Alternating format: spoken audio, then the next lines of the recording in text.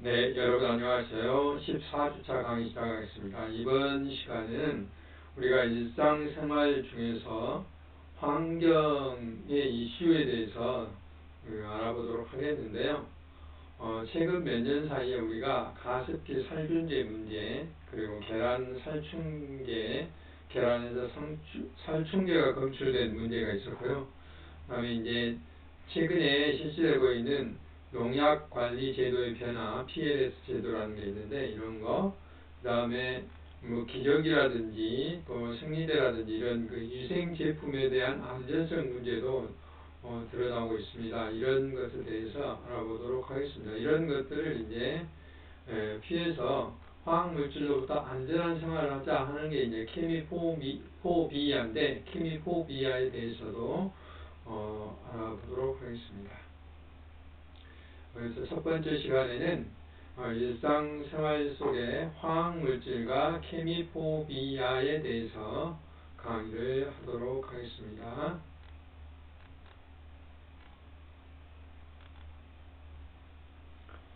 우리가 하루를 살다 보면 굉장히 많은 화학물질에 노출되어 있습니다. 우리 하루 생활을 이 그림과 같이 한번 상상을 해보면 아침에 일어나서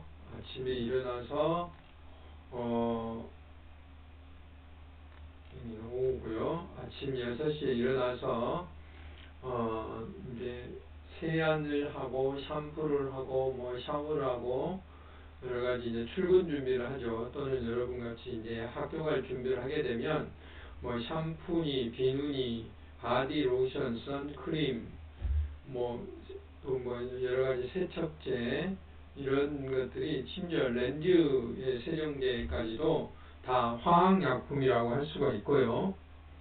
그 다음에 이제 수시로 우리가 손세정제라든지 그 다음에 그 일회용 티슈 이런 걸 물티슈라고 하는 거 이런 걸 사용하잖아요.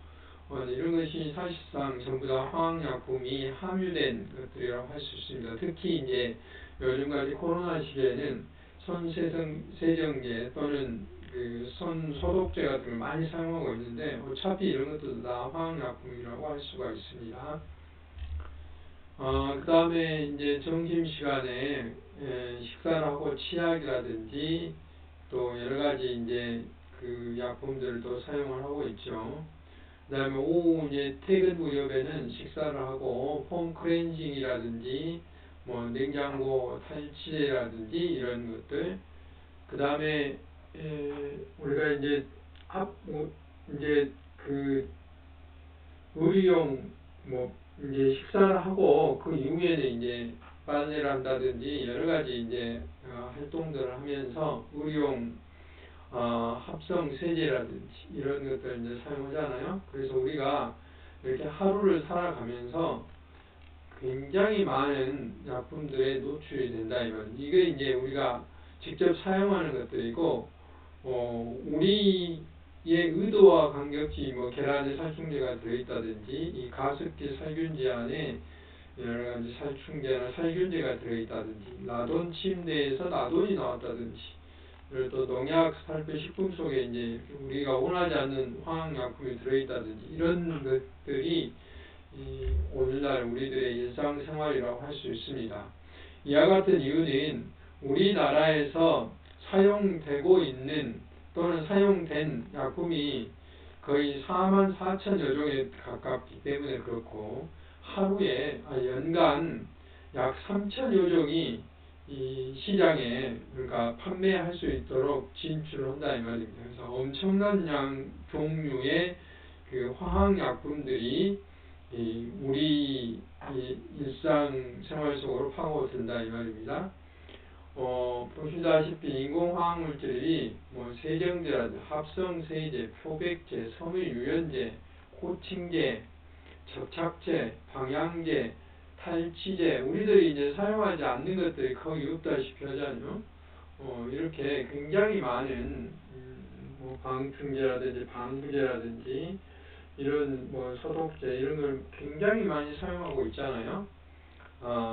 그 외에 이제 이것은 인위적으로 만든 것이고 이 식물이라든지 이런 데서 천연적으로 추출한 것이 이제 나무, 그 편백에서 한 피톤치드라든지 이런 것들이 있고, 그 외에는 이제 석유라든지 석탄이라든지 이런 곳에서 뽑아낸 그런 것들도 있다고 이렇게 할 수가 있습니다. 그래서 실제로 이런 것들이 이제 우리의 다양한 일상생활 속에 먹어서 식품 또는 화장품, 위생용품 등을 통해서 우리 이 몸속에 들어올 수 있는 것이고, 그 외에 생활용 가전 제품을 통해서도 이제 휘발이 돼서 물질이 들어올 수 있는 것이죠. 4만여 종 중에 약 7천여 종은 현재 암이라든지 또 인체에 피해가 되는 이렇게 유해성이 평가가 된 물질이라고 할 수가 있습니다. 엄청난 양의 화학 물질이 유통되고 배출되고 있지요. 유통량이 이 연도가 거듭될수록 늘어나고 있고요. 약 500여 톤 정도의 그 100만 톤이니까 500만 톤 정도의 약 5억 톤이라고 할 수 있죠. 100만 톤이니까. 그리고 증가율은 올라갔다 내려갔다 약간 하는데요. 계속 그 사용량은 늘어나고 있다는 겁니다. 제조량도 늘어나고 있고, 아울러서 수입에 대한 것들도 이제 증가가 되고, 여기는 이제 증가율이기 때문에 한번 늘어나기 때문에 갈수록 증가율은 떨어지지만 그 수입량이라든지 수출량이라든지 이런 것들은 지속적으로 늘어나고 있다라고 이제 이야기를 할 수가 있습니다. 연도별로도 갈수록 우리가 조사 약품의 약 220여 종에 비해서 봤을 때 조사 사업장 수도 약 3,700배소, 그 다음에 배출량도 이렇게 5만 7천여 톤 정도로 계속 지속적으로 늘어나고 있는 것을 알 수가 있습니다.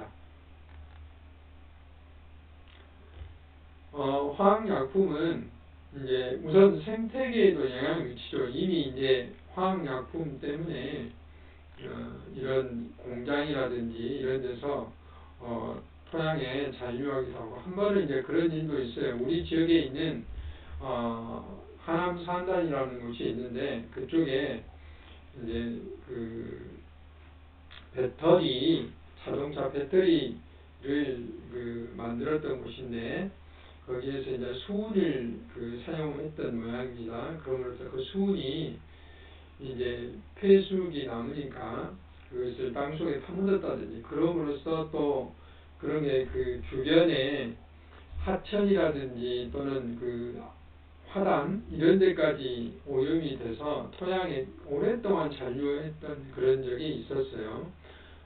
그래서 이런 문제가 지속적으로 발생할 수가 있는 것이고, 아무래도 산단 주변에는 굴뚝이라든지 이런 쪽을 통해서 오염이 전이 되는 경우를 볼 수가 있고, 또는 대기 중으로 이제 파괴되면 대기 오염이라든지 이런 데도 영향을 미칠 수 있습니다. 이런 것들이 결국은 강이라든지 바다로 가서 이런 그 생물 농축 현상에 의해서 물고기로 전달이 되고, 우리 생선을 통해서 우리 사람한테도 전달되고, 이런 야생 동물들에게까지 전달이 돼서 생태계뿐만 아니라 인체에도 영향을 미치게 된다. 그래서 인체에 각종 장기들에 영향을 미치는 것이죠. 면역계라든지 생식계 이런 데 가면 이제 뭐 여러 가지 불임이 일어난다든지 이런 일이 일어날 수 있는 거고, 뇌분비세균은 호르몬 이상을 일으켜서 여러 가지 이제 사람이 살아나가는데 지장을 일으킨다든지, 혈액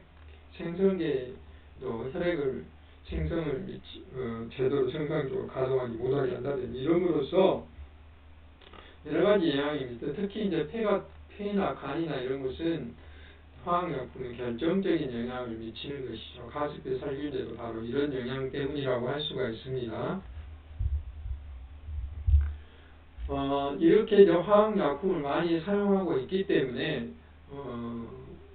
뭐 어쩔 수 없이 화학사고도 많이 일어나고 있어요.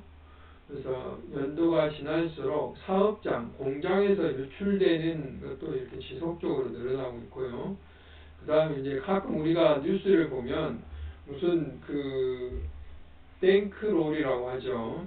탱크롤이 기름이라든지 또는 화학약품 뭐 황산이라든지 이런 것들을 실어 다니는 탱크롤이가 전복되는 사고가 일어나서 그 주변에 이제 여러 가지 화학 사고가 났다는 폭발 사고가 났다는 뉴스를 볼 수 있는데 그런 수송 과정에서도 이렇게 꽤 많은 그 사고 건수가 일어나고 20여 건이 넘는 폭발 등에 의한 유출, 우리 지역에 이제 여수 산단이 있기 때문에 가끔 뭐 폭발 사고가 나는 것도 뉴스를 통해서 들을 수가 있어요. 그래서 1년에 거의 100여 건에 가까운 사고들이 나고 있다 하는 것을 알 수가 있습니다.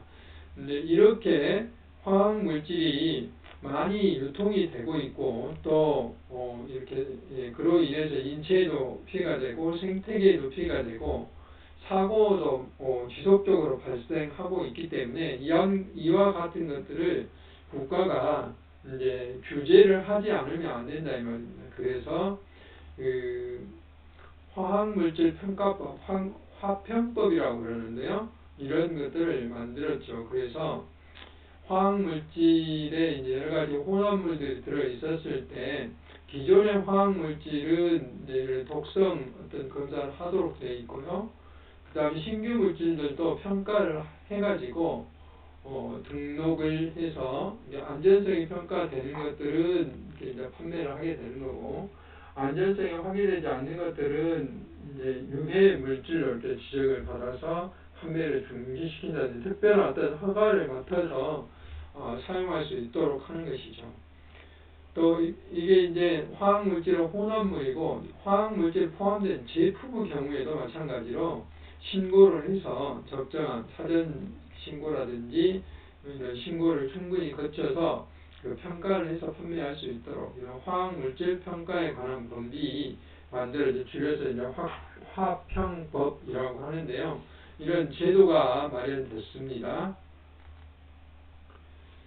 그래서 이제 화학물질에 대한 이런 이제 일반적인 관리라든지 사용량이라든지 이런 걸 토대로 앞에서 이제 잠깐 말씀드렸던 케미포비아라는 게 이제 포비아라는 것은 이 케미라는 것은 여기 보시면 바와 같이 케미컬 화학물질에 대한 화학에 대한 약자이고요. 그 다음에 포비아는 혐오라는 뜻이에요. 두 개를 합치니까 화학물질을 케미컬과 포비아가 합쳐서 화학물질에 대한 어떤 공포증, 화학물질을 혐오한다, 싫어한다 그런 뜻이죠. 그래서 한마디로 말하면 노케미족이에요. 화학물질을 사용하지 않는다 이 말이죠. 그래서 생필품이라든지 먹거리라든지 이런 쪽에 화학물질이 인체에 여러 가지 나쁜 영향을 미칠 것이다. 이런 걱정에서 비롯된 현상들입니다. 뭐 MIT, CMIT 이런 것들이 이제 치약이라든지 가습기, 살균제 여러 가지 우리들이 사용하는 이런 물품 중에서 이렇게 이런 것들이 검출이 됐기 때문에 이런 이제 현상들이 넓게 퍼지고 있는 것이죠. 계속되는 가습기 살균제라든지 계란 살충제라든지 여러 가지 인생 제품에서 휘발성 유기 화학 물질인 이런 벤젠이나 톨루엔 같은 검출된 생리대가 이제 나타났다든지 또 화장품의 중금속이 나타났다든지 이미 이제 나돈에 대해서 이야기를 했지만 침대에서 나돈이 나오고 우리가 사는 집에서도 방사선 물질이 검출된다든지 이런 것 때문에 화학 물질을 싫어하는 케미포비아가 확산되게 된 배경이다라고 할 수가 있습니다. 그 결과 이제 이거는 좀 시간이 지나서 지금은 이제 상당히 다를 수도 있겠지만은 그 당시에 이제 검출됐던 팸퍼스 기저귀라든지 이런 것들은 판매량이 급격히 줄어드는 이제 이런 현상을 볼 수가 있어요. 이런 화학약품, 인체 해로운 화학약품이 검출됐는데 자기의 애들한테 이런 기저귀를 채울 수는 없는 것이죠. 실제로 가습기 살균제에서 많은 사람들이 사망하는 사고도 일어났기 때문에 그러리라고 생각이 됩니다. 그 다음에 이제 계란 지금 이제 제도가 개선되고 관리를 하고 있기 때문에 이런 일이 없습니다만은 살충제가 검출됐을 때 계란도 급격히 구매가 떨어지는 이런 현상을 볼 수 있고요. 세제의 경우에도 이렇게 급격히 매출이 감소되는 이런 것들을 알 수 있습니다. 반면에 이제 천연세제 같은 경우는 이렇게 그 판매량이 늘어나고 또 천연 어떤 생리대라든지 이런 것들도 위생용품도 판매량이 늘어나는 이런 것들을 알 수가 있습니다. 이렇게 이제 시민들이 직접 반응을 하는 것이죠. 이런 것에 대해서. 그래서 이제 케미포미에 대한 대책으로서 실제로 시민들이 물티슈라든지 핸드폰 케이스라든지 탈취제 이런 데에서도 유해 물질이 검출되기 때문에 이런 것에 대한 이제 경계심을 갖기 시작하는 거죠.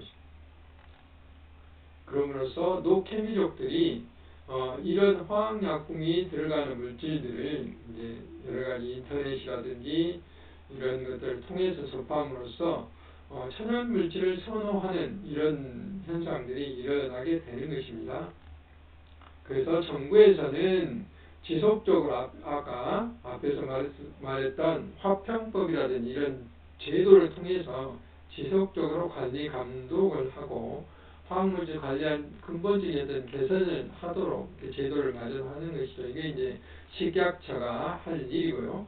기업에서는 지금까지 이제 이렇게 가습기 살균처럼 본인들이 처음에는 몰랐고 안전에 대한 평가를 제대로 안 하는 것도 있지만 일부 알면서도 이렇게 감추었던 이런 그 비도덕적인 현상도 있었어요. 그래서 이런 그 사회적인 책임을 준수하는데 기업들이 이제 자각을 한 게 있는 거죠. 그래서 ESG 경영이라는 게 있어요.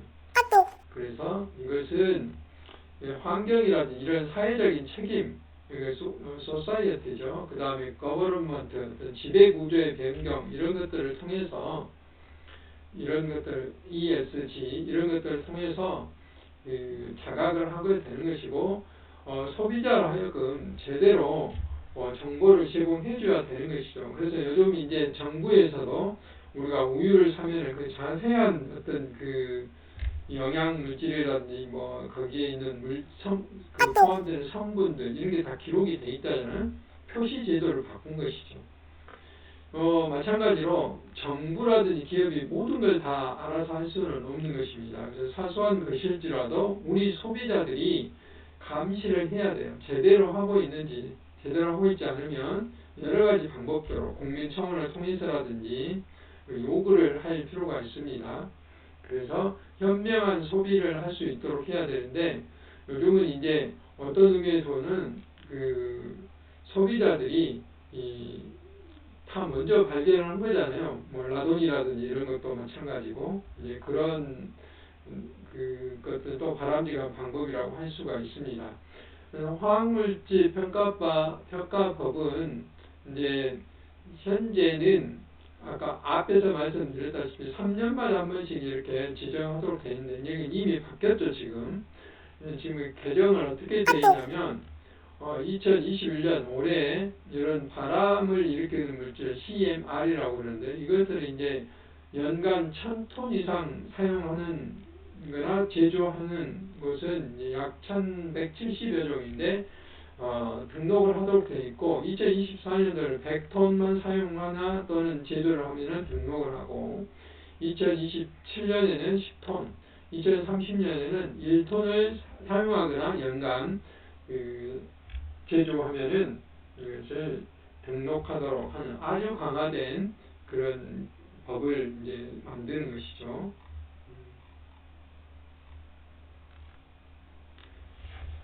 그래서 이제 이런 그 케미포비아를 토대로 직접 이제 케미포비아가 일어나게 된 사례가 바로 가습기 살균제라고 할 수가 있습니다. 가습기 살균제 그러면 균을, 곰팡이를 없애는 거잖아요. 균이기 때문에. 곰팡이를 없애는 건데, 이게 이제 사람을 죽이는 물질로 된 거죠. 그것을 바이오사이드라고 그럽니다. 농약도 바이오사이드입니다. 그래서 살생물질이라고 할 수가 있죠. 그래서, 미생물 번식이나 물때, 곰팡이나 이런 것들을 이제 없애기 위해서 예방할 목적으로 가습기에 물에 첨가해서 사용했는데 이게 가습기가 이제 이렇게 그 습기가 나오는 거잖아요. 안개처럼. 이것이 우리 호흡기로 들어가기가 쉬운 거죠. 분무를 해주는 효과가 있어버리기 때문에 더 위험했던 것이죠. 이런 것들이 이제 더 문제가 됐던 것입니다. 특히 가습기 살균제가 나타나는 게 폐의 섬유화. 그러니까 우리 섬유를, 우리 섬유가 아니라 우리 폐를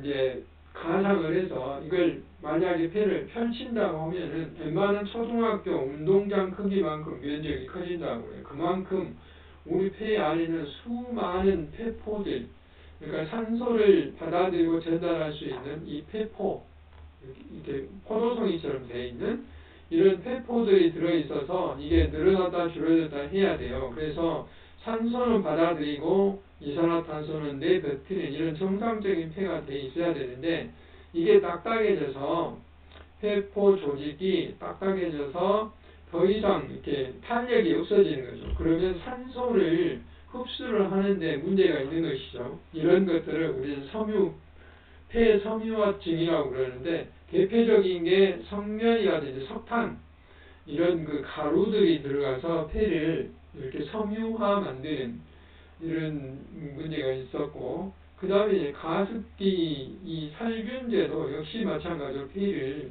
섬유화하는 이런 문제가 있었습니다. 이 1번, 2번이 이제 가장 큰 문제고, 나머지는 질병이라든지 유전에 의해서 이런 경우가 있는데, 이렇게 되면은 뭐 이렇게 호흡기에 여러 가지 질환들이 일어나게 되는 것이죠.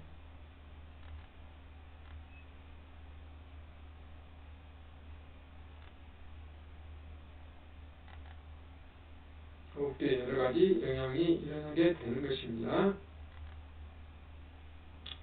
그 다음에 이제 가습기 살균제는 여기를 이제 개요만 하시면 되겠습니다. 다소 여기에 그 나오는 용어들이 화학물질 용어고 그것도 이제 여러 가지 약품들을 혼합 또는 화합 하는 것이기 때문에 상당히 말 자체가 어렵습니다. 그런데 이게 다 매스컴에 보도가 됐던 내용들이기 때문에 한 번쯤 여러분들도 들어보시면 좋을 것 같습니다. 맨 먼저 이제 문제가 치약에 들어간 이 CMIT라는 건데 이거는 이제 여기 보면 C는 클로로라는 말이 있습니다. 클로로. 그 다음에 메틸 이소 티아졸리논 이렇게 해서 TMIT라는 건데 클로로는 되게 이런 염소기가 들어있다는 거예요. 염소가 화학 물질은 여러분 이제 염소 주기율표라는 게 있어요. 이게 쭉 뭐 수소, 탄소 쭉쭉 있는데 맨 오른쪽에 있는 것을 이 알카리기라고 그러거든요. 여기에 이제 염소가 포함되어 있는데 여기에 있는 그 원소들이 되게 좀 독성이 있다고 할까요? 이제 그런 것들이죠. 그래서 우리가 염소로 어떤 그 대장균이라든지 세균들이라든지 균들을 죽이는 역할을 수돗물에서 그래도 염소를 투입을 하잖아요. 그런데 이 염소에 다른 물질들을 이렇게 그 반응을 시키면 이런 물질들이 이제 만들어지는 이게 이제 그 합성 물질이라고 할 수 있죠. 그래서 여러 가지 이제 그 살균을 하는 우리 그 구강 내에 균을 죽이는 또는 가습기에 물에 있는 곰팡이를 죽이는 그런 역할들을 하는데 이게 이제 사람한테는 문제가 없어야 되는데 사람한테도 이제 문제가 있었던 것이죠. 되게 이런 것들은 입으로 삼켰을 때는 거의 해가 없다고 볼 수가 있어요. 과학적으로 또는 피부에서도 특별한 어떤 해가 없다고 알려져 있습니다. 그러니까 비누라든지 클렌징 폼이나 샴푸, 보디 워시들 뭐 바디 샴푸라고 이런 목욕 물티슈 속에도 들어있는데 아주 그 민감한 피부 외에는 크게 영향이 없다. 치약에서도 그렇다. 식이세척기나 이런 세정제를 사용했을 때 크게 문제가 안 됐는데 문제는 이런 것들이 이제 조금이라도 치약을 우리가 그 칫솔질을 하면서 코로 마셨을 때 호흡기로 들어왔을 때가 문제죠. 폐소사가 폐의 섬유화를 일으키는 문제가 되기 때문에 크게 문제가 되는 것이죠. 그래서 유럽 같은 경우 우리나라나 미국에는 그 당시 기준치가 없었어요. 이게 먹어서 하는 것이기 때문에. 그런데 유럽의 15ppm 정도 기준이었고 그 기준치 아래로 우리나라에서는 검출이 됐던 것이죠. 그 다음에 이제 가습기 살균제에 대한 내용인데 이것은 뒤에서 다시 설명을 하도록 하겠습니다. 가습기 살균제의 주요 성분들은 PHMG, 그 다음에 PGH, MCL 이렇게 이제 표시를 합니다. 여기도 보면은 이 클로라는 게 들어있죠. 클로로가. 그래서 여기도 이제 염화라는 말이 들어요. 이게 다 이제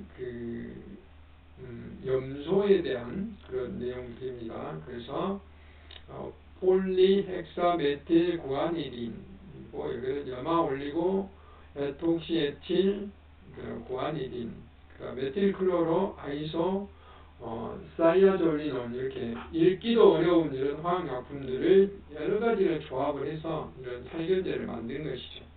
그래서 이런 성분들이 있다.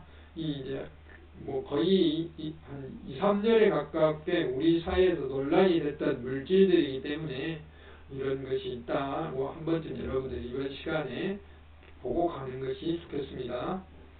그래서 가습기 살균제는 이것도 피부 독성에는 크게 문제가 안 돼서 5분의 1 내지 10분의 1 정도 불과했기 때문에 그래서 샴푸라든지 물티슈 여러 가지 제품에 이용을 해왔던 것이죠.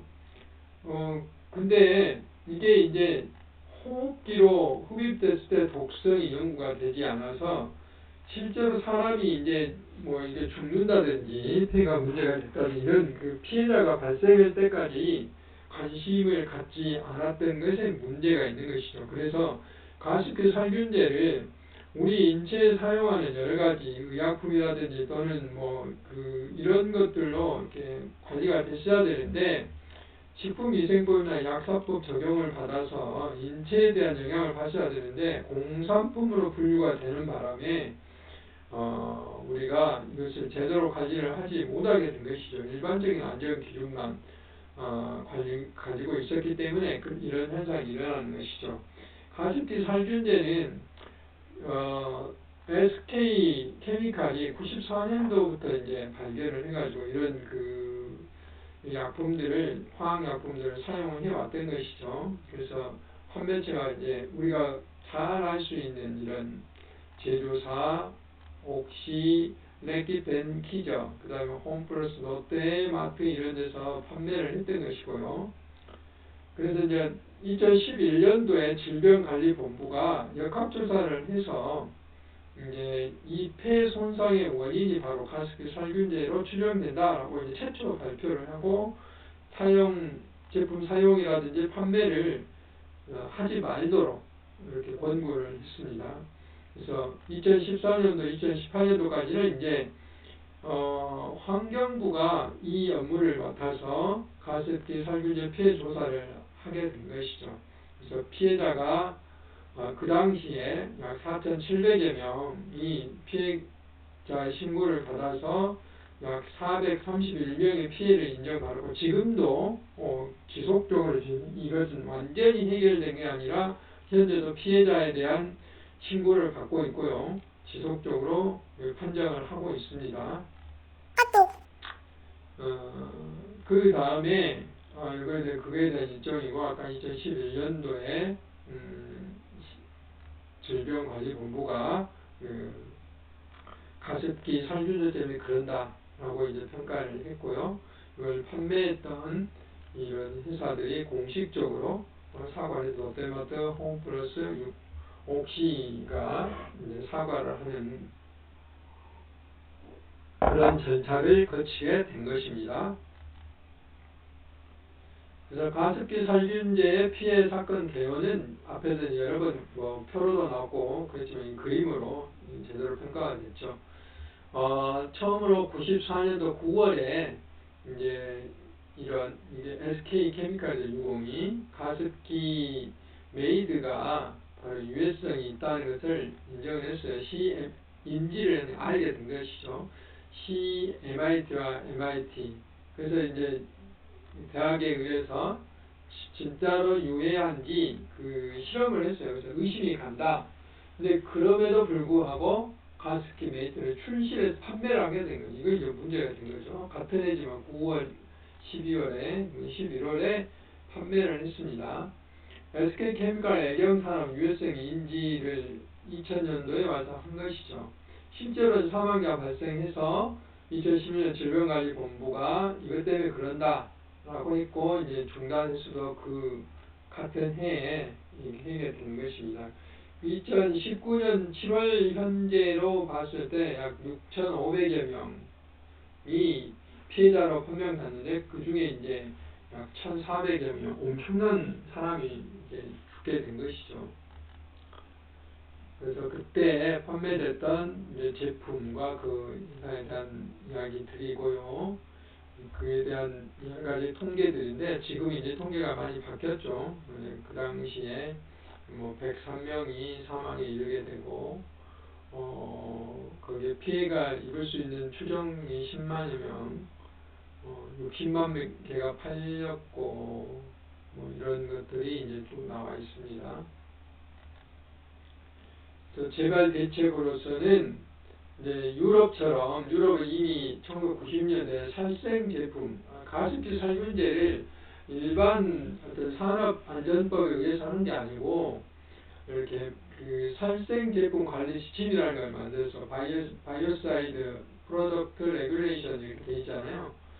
그래서 바이오사이드 성분을 소비자에게 사용하게 하려면 사전에 안전 승인을 받아야 된다. 그래서 이제 우리나라 경우에도 이렇게 안전성이 입증된 경우에만 판매를 한다든지 이렇게 할 수 있도록 한다는 것이죠. 그래서 이제 정부에서는 가습기 살균제를 계기로 해서 이렇게 화학물질관리법, 그 다음에 이게 이제 화평법인데요.